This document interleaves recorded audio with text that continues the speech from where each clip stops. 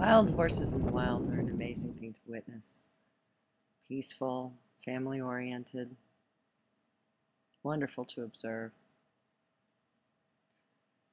In the High Rock area, the complex, BLM is going to remove over 1,000 horses. They're going to bring the population down to what they claim is an appropriate management level. They're going to bring the number down to about 250 animals. They're claiming range degradation and that there's full public involvement in this process, which began with a resource management plan in 2008. BLM has never really taken the time to educate the public. There is no website to go to provided by the BLM in how this process works, in how a resource management plan is developed, and how public involvement to protect horses, those interested in advocating for the interest of horses, is to be undertaken by the public, but yet they will claim full public involvement. We will also have public comments that go in. They are of no significant impact. The public will go to the Wild Horse and Burro Advisory Board meetings where, you know, their participation is really not taken seriously and nothing comes out of it. Yet the real involvement to this program is left to the advocates to discover themselves. It's complex, and if you make a mistake in where you're supposed to look to advocate for horses, well, tough. You were offered the opportunity. BLM needs to educate the public into actually what the process is before they begin something like this. At this roundup, we had some deaths, some pretty tragic deaths, where an animal broke its neck on the panel, another broke a leg. At the last roundup this contractor did, we saw hot shotting used during loading. So now horses come into the trap. I mean, we've got the snow fencing like normal in this area where they first come in, where they're supposed to settle.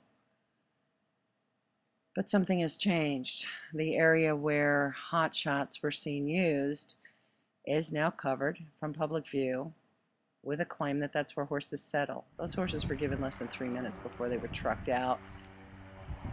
It took 4 hours to bring in the first load. Then another load came in. Only 19 horses were taken this day, a day where there was public there to watch, to witness. BLM spent 8 days at this trap. 8 days, one location. We have no idea how far these horses were run because BLM will not put a GPS in the helicopter nor cameras in the helicopter.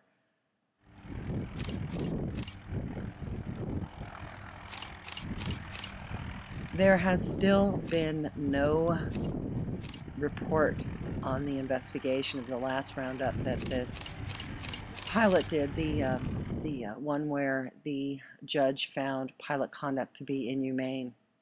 BLM said they were going to do an investigation and release that information on their website to the public on the 12th of October. It's now almost 2 weeks late. I can tell you that the witnesses to what occurred in the videos they were reviewing were not interviewed. There were 2 of us. I was not interviewed.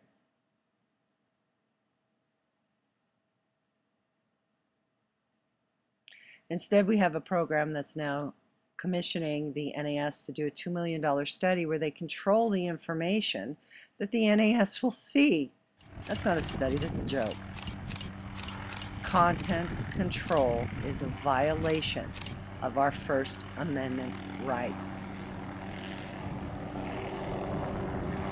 BLM engages in content control.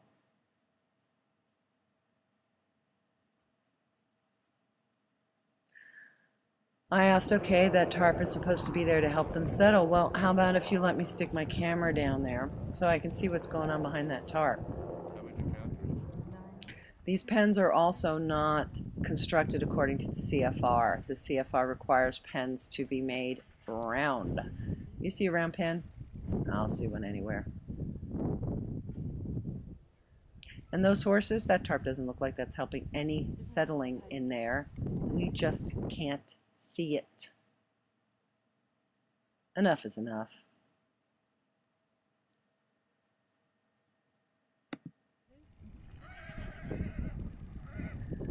At holding, I don't have an elevated position, so I can't really see what's going on. We got there well after horses were sorted, so I can't tell you what handling was like. I will have to make another trip back up, and you know darn well I'll be there. But I can tell you that it's the same old, same old. You know, they put some really nice PR people there for you to talk to and kind of take the brunt of the questions, and you know, we can't see.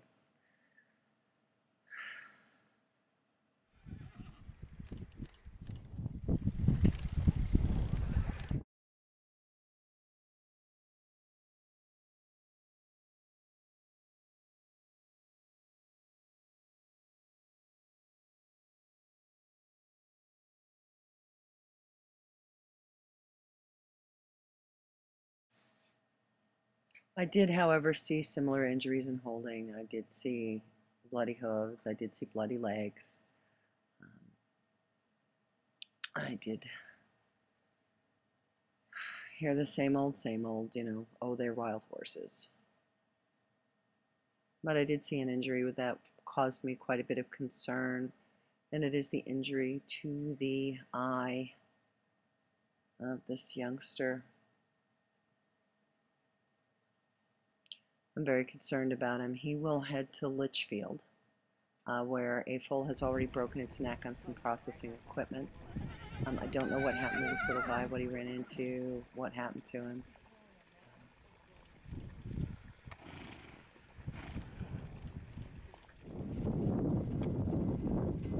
This is where they came from. Wow, with their families. This is another area targeted by the BLM for the winter. I don't know how many horses will be left out here in the spring, but I can tell you these horses are all being moved out of their ranges.